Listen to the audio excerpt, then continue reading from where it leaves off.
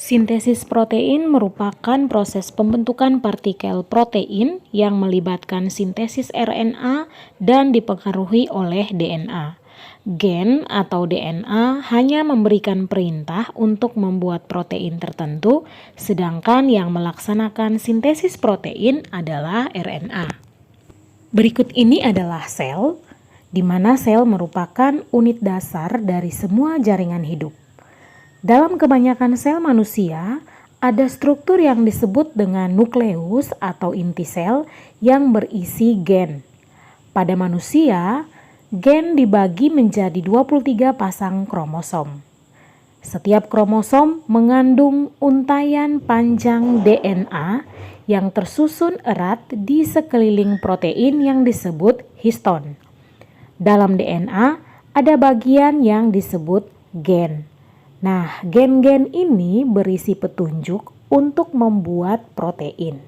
Ketika gen diaktifkan, enzim yang disebut RNA polimerase menempel pada bagian awal gen atau promoter gen dan akan bergerak di sepanjang rantai DNA sehingga membuka ikatan hidrogen DNA untuk membentuk untaian mRNA dari basa kosong yang ada di dalam nukleus. Kode DNA menentukan urutan basa kosong yang akan ditambahkan ke mRNA. Proses ini disebut transkripsi. Basa nitrogen pada mRNA akan menentukan jenis asam amino penyusun protein yang disintesis. Sebelum mRNA, hasil transkripsi dapat digunakan sebagai template untuk produksi protein. mRNA perlu diproses, yang mana proses ini melibatkan menghapus, kemudian menambahkan bagian RNA.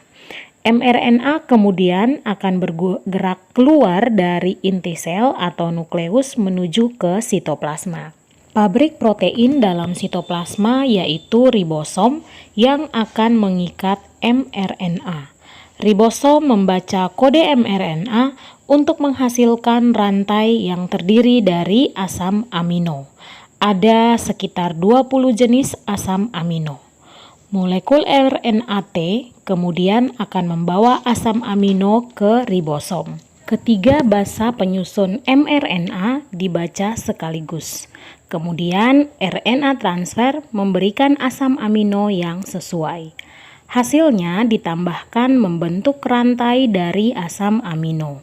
Setelah asam amino terakhir ditambahkan, rantai asam amino terlipat ke dalam membentuk 3D yang kompleks untuk membentuk protein. Demikianlah proses sintesis protein. Selamat belajar dan Tuhan memberkati.